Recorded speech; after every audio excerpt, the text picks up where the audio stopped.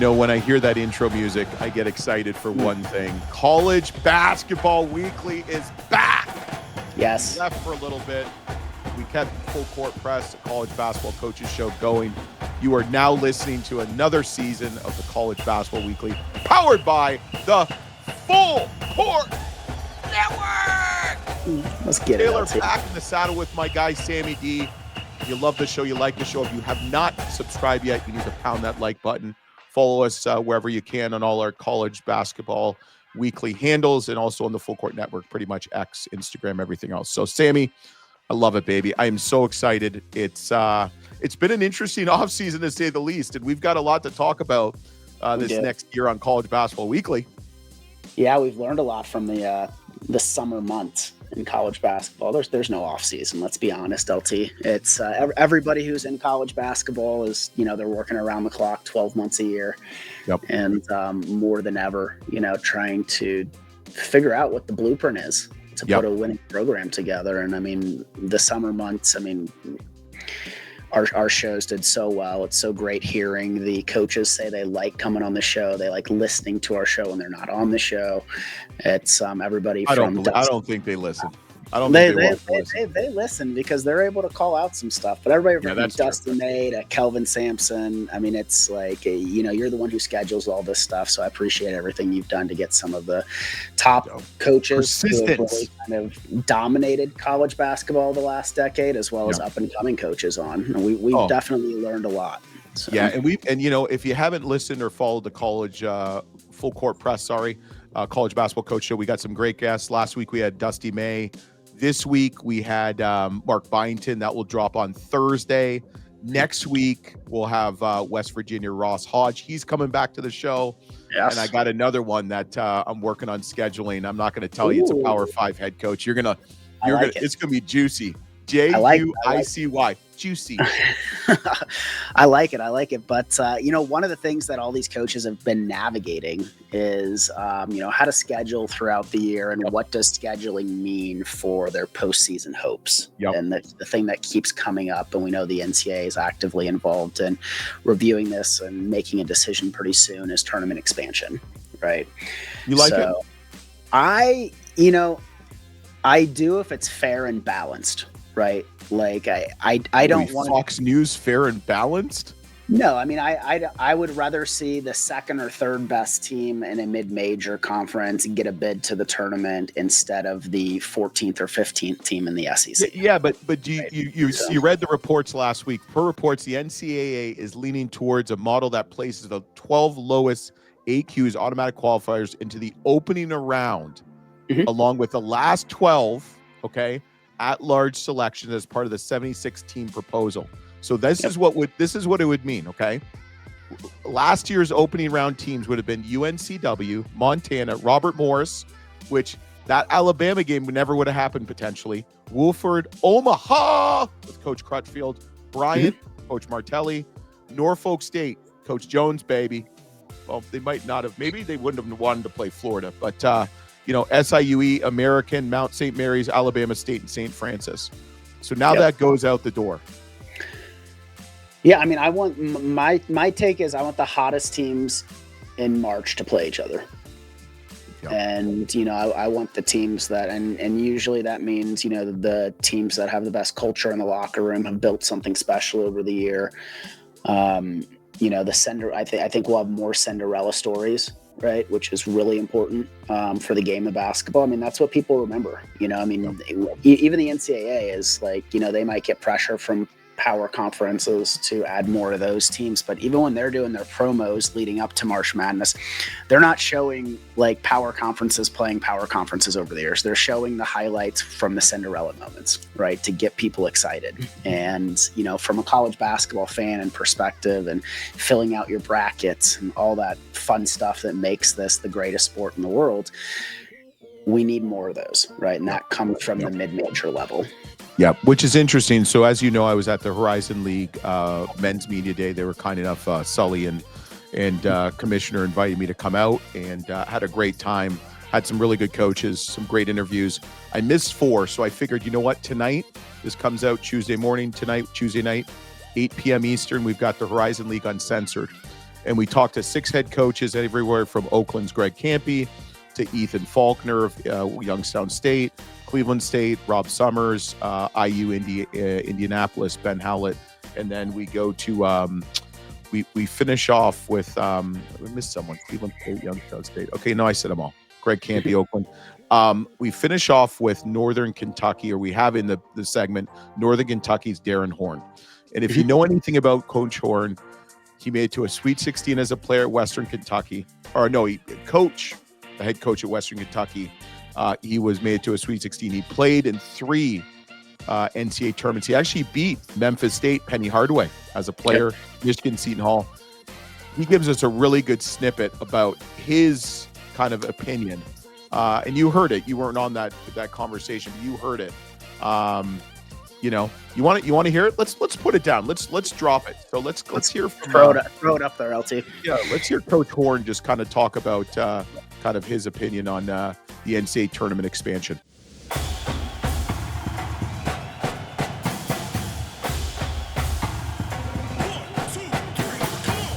There's obviously the NCAA tournament is changing, and it's going to increase. Okay. Now they're talking about the 12 automatic qualifiers playing in the first round game. I mean, do you really understand that I feel like it's going to hurt the Robert Morris almost beating Alabama last year, 2 years ago, Campy beating, Kentucky, maybe even some of your games that you played in at Western Kentucky. I guess I want to hear it from a guy that's played it and coached it at that level and that kind of that scenarios. Yeah, I obviously don't love it simply because of what you just said. If you win one of these leagues and you get to that game, you can really play. We've had 3 years now, 4 if you count Wright State winning in a play-in game. We've had 4 straight years in our league where the game's been really competitive where we've won. Coming out of the last media timeout, our game against Houston, 4-point game, 2 possessions. So, I think that it hurts the tournament overall, and I think it definitely hurts mid-majors. And I think, quite candidly, my greatest concern as a coach is it's just a precursor to, well, what does the tournament really become? The football championship already has nothing to do with the NCAA, right? And it's kind of its own entity. Is there a different tournament coming in some way where we're all just sort of a play-in, minus 60 schools at some point? It feels a little bit like a precursor to that, which is really unfortunate, because the truth is, as you said, I've played and coached at every level you can imagine in this game of ours. And the truth of the matter is, some of the lower teams in the big conferences aren't great. They're not as good as Robert Morris. I've coached against them. I've played against them.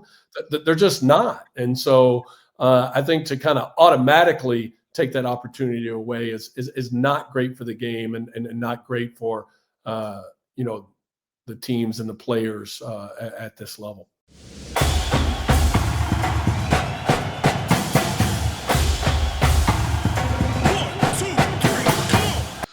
So there you have it, College Basketball Weekly exclusive with Darrin Horn. And what did you think about that? I mean, as a player and coach who's coached both at the Power 5 level and, unfortunately, I hate to call it the mid-major level because I think all basketball is good. It doesn't matter which level.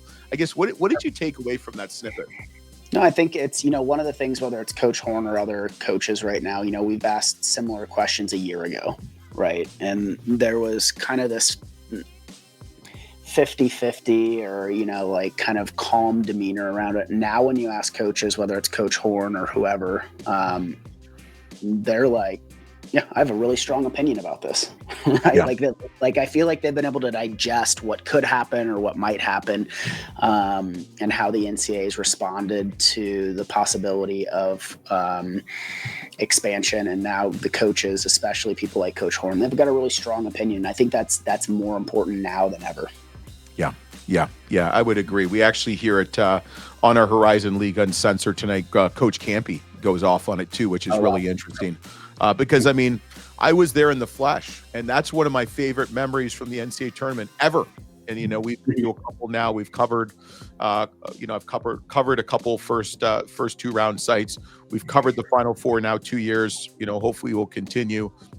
But that's what I love is the Cinderella stories. I mean, I might dress up as Cinderella for Halloween. Oof, I like it. Cinderella with basketball. Yeah, Cinderella with a ball, man. Just not shaving shit. Scare some kids.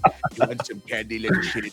But the one of the teams I'm really excited about this year. Year 2 is so huge, and I will tell you from experience. I mean, you played for me. That jump we made from year 1 to year 2 was massive. And I think the Big East is going to be the one conference you really need to check out, keep your eye on in the Power 5, Power 4, whatever it is. And I'm really excited about DePaul. We start off the College Basketball Weekly's season with 5 questions with DePaul coach Chris Holtmann.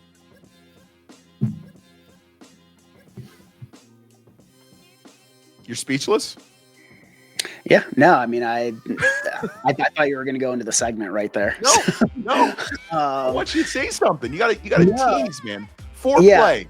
No, I mean, Coach Holtmann's like one of the great coaches in the country. In my opinion, I thought when Dwayne Peavy and DePaul were able to acquire Coach Holtmann in the coaching portal, right? 2 years ago, or a year and a half ago now, it was a huge win for DePaul, right? And I didn't expect a whole lot in Coach Holtmann's year 1 because I know how hard that kind of rebuild process was going to be. There's less than a handful of coaches last year that, in my mind, did better than Coach Holtmann with the hand he was dealt in his first year. Competing at such a high level, watching games against Marquette and, taking Creighton to double overtime in the Big East tournament, getting that win against Georgetown in the Big East tournament. I mean, it really sets DePaul up for having a very successful year 2. What success looks like, that's one of the things we talked to Coach Holtmann about.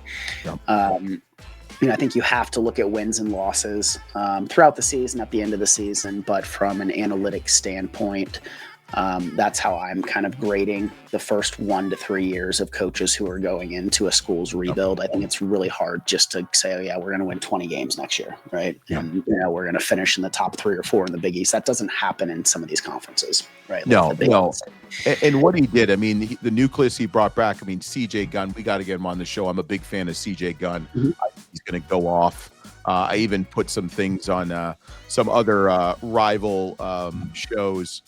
Put some stuff out there, and he was on no preseason accolades, which preseason means crap.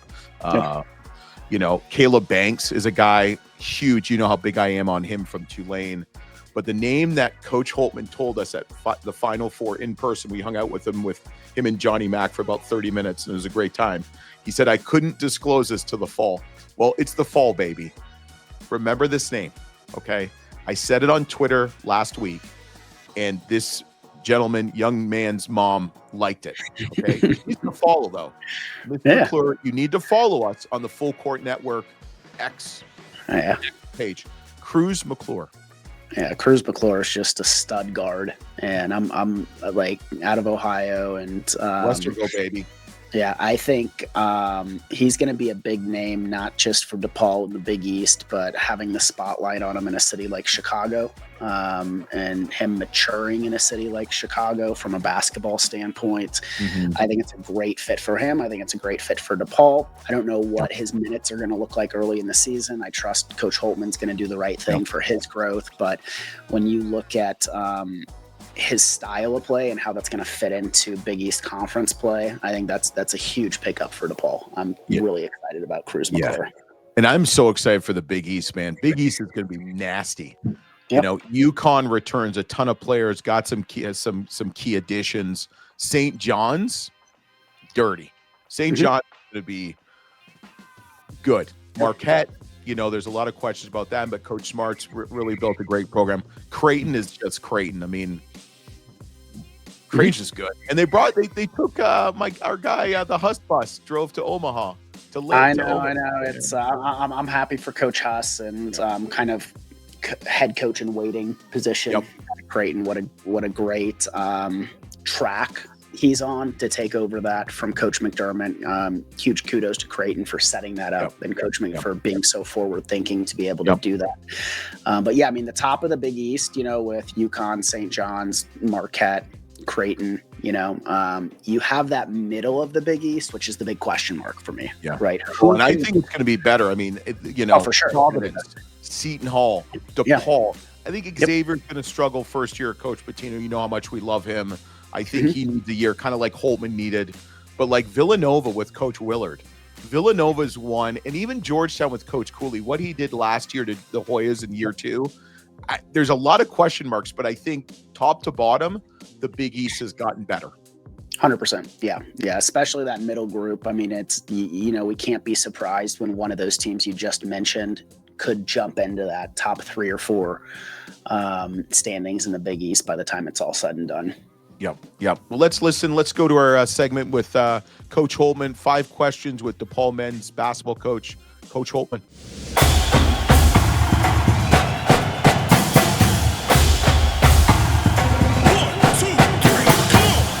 All right, Sam, we've been talking a lot about this offseason, and one team we're really excited about. I'm really excited about the Big East in general. So we've got Coach Chris Holtmann, DePaul Blue Demons, on College Basketball Weekly. We're going to ask him 5 questions. Okay, 5 questions, Coach. That's it. 5 for 5. Okay.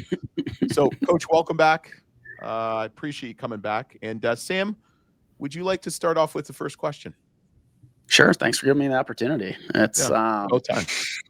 So yeah, Coach, what you did the first season I thought was absolutely incredible. Moving into kind of the second season, I kind of want to hear your thoughts on what you learned in your return back to the Big East. And really, now you've got a different landscape in college basketball with NIL and transfer portal. And, kind of the first question, when I look at the Big East, I mean, there's so many schools in major metropolitan areas like Chicago and DePaul. Then you've got Marquette and Milwaukee, New York City, Philly, DC. Do you see any obstacles or strengths kind of with the evolving landscape being in a major metropolitan area like Chicago? Yeah, Sam, great question. And first of all, great to be with you guys. I always love being on your podcast. It's a show, Coach. It's a show. It's not a podcast. We're getting rid of the podcast aura. Show. Excuse me. Yes. I stand corrected. I love your show. Okay. All right. We're happy you're here, whether it's a show, a podcast, whatever it is. Sam, don't feed into this. Okay. I'm just kidding. I love being on with you guys. How about that? In whatever form it comes, I love being on with you guys. It's always great, to have people that love and care about college basketball is, I think, really important for all of us, to be honest with you, and that cover it well, that know kind of the landscape and know what it looks like, so it's changed, how college basketball is covered has changed so much since, I even became a head coach 14 years ago. So we coaches are foolish if they don't really take time to say thank you for people that cover our sport. So we appreciate it. I think I really went into this job and said, hey, we're going to focus on the strengths of the job and the positives of the position. And we're not going to have our head into the sand about some of the challenges, but we're going to spend very little time focusing on the challenges of the job. We're going to try to accentuate the positives of what this position at DePaul is, what the university is, what it represents. And we're going to spend very little time focusing on maybe why it struggled in the last 2 decades, other than or reasons why people think it's going to continue to struggle. So, for us, that's really been our focus. So I look at it and say, okay, we have a great city. We have an administrative alignment right now here at DePaul with Dwayne Peavy and Rob Manuel, athletic director and president. We have a city that can recruit its area. I really believe a university that can recruit its area really well. The 3 commits that we have Up to this point, I can't go into detail, but they're all in this area. And I think they're great fits for us. And we have a city that is very friendly to international players, which I think is a real strength for us. And so you have all those things. Are there struggles or challenges that were presented? Sure. But I really think there's opportunity for us here. It's a great league. And I think the second time around being in the league, it's as good. It's better than it's ever been, really. Primarily with the addition of UConn, it just has elevated it. But it was really good when I was in it before. But UConn's presence has elevated the league for sure. Yeah, yeah. So you look at the Big East and you look at the offseason. I mean, you guys are going to take a big step, in year 2 of the Holtmann era. You look at Providence, you look at Seton Hall. I mean, you look at UConn. I mean, you look at all these teams. I mean, Xavier, first year of Coach Pitino, he's going to do great things there. Might take him a year or two, as you well know how that works. So I guess I ask you, how good or better is the Big East going to be? And what is your kind of pick on how many bids this upcoming NCAA tournament the Big East will get? I think every year we should be in play for between 5 to 7 bids from the Big East. I really do. I think 5 should be a baseline for us as a league, and I think some years you're going to have 6 or 7 in a given year. A lot of that, as you guys know, is going to depend on we have to really the leagues or the teams that were so-called maybe at the bottom of the league for the last couple of years. We need to really schedule well in the non-conference, and we have to continue to grow and improve ours, which we're going to, and we have to perform well, and that's going to elevate. It's going to make January through March hell for everybody because everybody's going to be better, but it's going to elevate the overall profile of the league. When I've been in this league when half the teams have been tournament teams, and I think that should be a goal for us is every year to have between 5 to 7 teams in the tournament. I think we're capable of it given the commitment of the universities and the coaching in the league right now. Yeah. Okay. I'm going to ask you another one. I'm giving Sam a break because he looks pretty tired over there from his the longest question. He always asks the long. They're great questions, but they're always the freaking longest. I love them. So, how did you get so many core guys to come back? And what was the message in recruiting this offseason and also just in the offseason to the guys coming back? Well, it's as we built this, we've really prioritized multi-year transfers. And as we continue to build this, we want every year to have as many potentially retainable players as possible. So I don't want to have a lot of one and dones. We are going to have some in terms of, guys that are in their last years of eligibility. I don't want to have that. So we want to have as many retainable guys as possible. I think with the guys that we retained, CJ Gunn, Layden Blocker, NJ Benson, Teo, who he was a young freshman from France.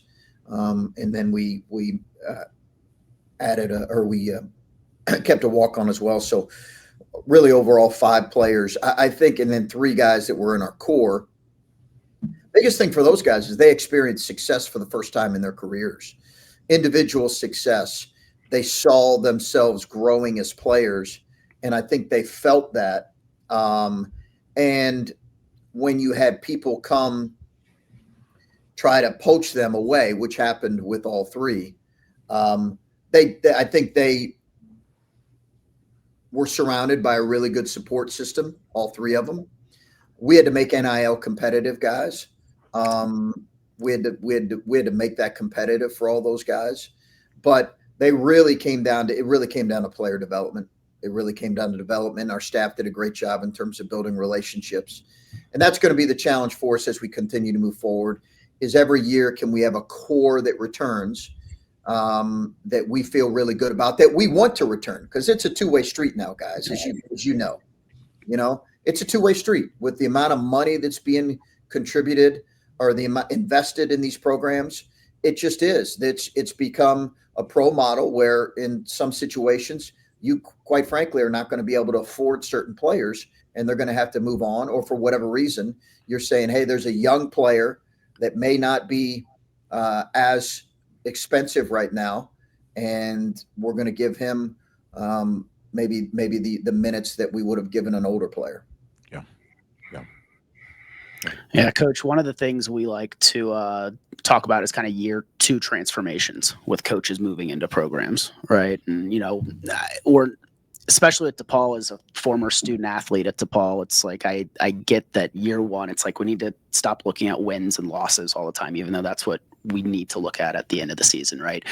But I looked at analytics last year, and it's like I was so happy to see how competitive you guys were. I saw what the Big East point differential was the year before you arrived, and I looked at it last year, and you slashed that, right? Like aside from wins and losses in year 2, like what are some of the things that DePaul fans could be looking for, like on the court from like an analytical standpoint that you guys are really focused on? Yeah, so we really need to improve our efficiency, both offensively and defensively, our rebounding on both ends. We have improved our size, which is important for us. We need to move up in the Big East in our efficiency on defense and on offense and on the glass. Like those are really critical. Can you move up to where you're 8th, 7th in those statistical categories in terms of efficiency or higher? Take another step, because we were near the bottom in all those categories. And so those are areas we've really focused on in improving, is offensive efficiency, points per possession, defensive efficiency, what goes into all that, better in transition defense for one. That's been a huge priority in the offseason, getting better in our transition defense, and then on the glass on both ends. And I believe we built a team that's capable of that. We're going to continue to play the way we played, which we shot a ton of threes. We set the school record for threes last year. We may not shoot quite as many because I think we have a little bit more of a diverse team this year, but we're still going to shoot a lot. But I do think the added size and physicality, there were games last year, quite frankly, where we just felt physically overwhelmed. And you always have games, UConn, I think, lost 5 of 7, the first national championship team in January, or 6 of 9, some crazy. So you always have those stretches that are difficult in league play. But there were too many games where we felt like physically we needed to get stronger and bigger. And that's what we committed to doing in the offseason. And we're going to continue to do that because I think that's necessary based on the feedback we got in year 1. But yeah, I was pleased with a lot of things in terms of how we committed to play last year, how we finished the season. But there were, quite frankly, some games that got away from us too, that we've got to continue to shrink the competitive gap right now. Yeah. Well, we're excited. We're excited for sure. So last question, number 5, just in case you don't know math. So number 5, Coach, if I wrote you a check to DePaul men's basketball for $10 million for NIL, how good could DePaul men's basketball be? Ooh, first of all, once we get off, we'll connect on where to send that to. Yes. And work. Okay, we'll have that conversation. I'll come and meet with you individually. Okay, big donors. Okay, so I'll come and I'll make my pitch. I don't have a coach. Not yet. Then you should have never offered it. But listen, if that was the case, we could be really, really good. You supplement that with the school investment. it's really interesting when you hear numbers, guys, and I don't want to get into too many specifics, but the numbers are all over the map right now in terms of what teams and leagues offered this past year.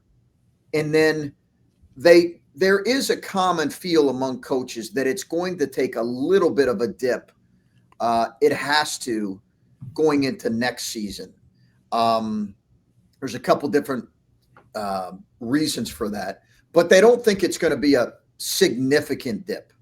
10 million, I will be honest, 10 million, if you were to write that check, that would get you season tickets. That would get you, I don't know, like we'd go on a golfing trip. Who knows? We do a lot of fun things together. What that would get us, that would put us at the top tier of what college basketball rosters look like. So then it's on us to develop that talent. And as you guys know, and you see this in college football, you see it all across the board. You see it in college basketball. That does not assure you that you're going to have a high caliber team, but it certainly gives you a great chance.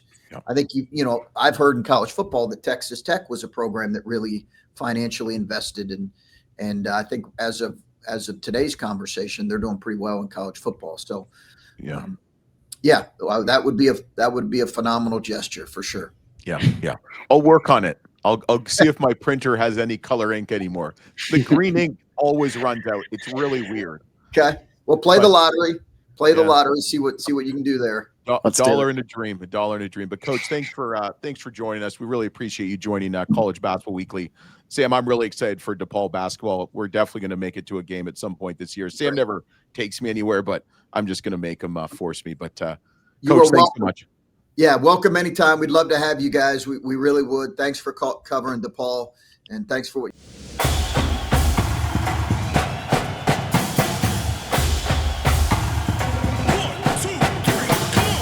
All right, so if you hear the dogs barking, I have a feeling Coach Holtmann is at my doorstep trying to get my $10 million that I do not have.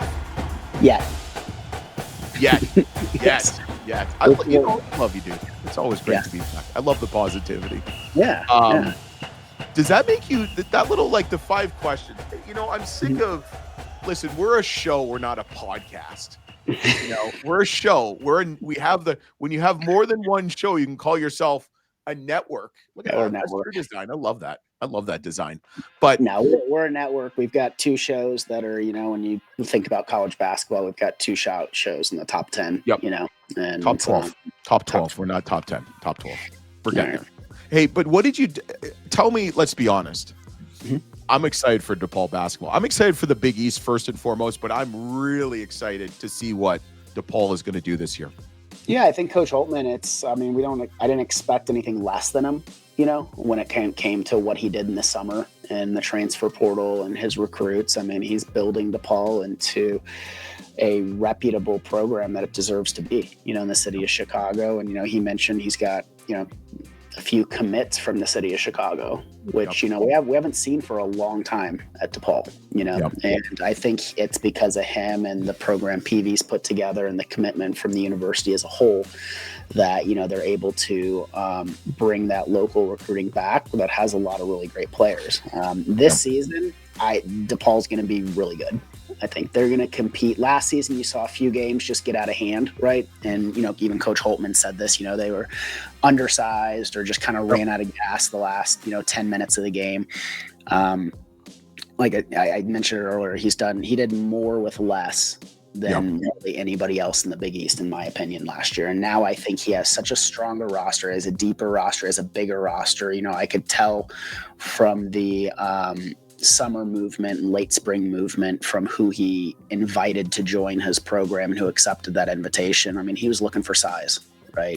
He has that this year to compete at a higher level. Last year had some injuries as well. He used, I think 12 or 13 starting lineups throughout the season. I think that's going to get solidified pretty quickly by the first couple weeks of December. He'll know who his starting lineup is for the rest of the season at that point. I think if DePaul stays healthy, I can definitely see DePaul making another jump in the Big East and finishing in that kind of 6th or 7th spot in there. Yeah, and he said, the Big East should get 6 or 7 spots, so he's right there. But, dude, I'm really excited to be back with you every Tuesday to share the good gospel of college basketball and the Full Court Network. Don't forget to subscribe, rate, and review. Tonight we have Horizon League Uncensored. We're going to do a couple others. I'm actually going to do the big SEC show. You'll be on hopefully with some of that for that. We're going to do a mid-major uncensored show. We've got so far we've got High Point Flynn Clayman on the show, and then Ryan Pedon from Illinois State, who's going to be just awesome. Missouri Valley is going to be really good basketball. And we've got Coach Byington from Vanderbilt this week. Next week we've got Ross Hodge from West Virginia, and so much more to come. If you got any suggestions, any positive suggestions or positive feedback, what coaches and players do you guys want to see on the show this year? Throw it in the comments down below. Yeah, we like to have fun and stuff like that. So don't forget, so we're back next week on College Basketball Weekly. Don't forget to subscribe, rate, and review on all our Full Court Network handles, especially on Apple Podcasts. It's the College Basketball Weekly. Subscribe, rate, and review on that. And we'll be next week. College basketball, college hoops is getting closer and closer to starting. I'm like fat kid on, Christmas Day with a big piece of cake waiting for me.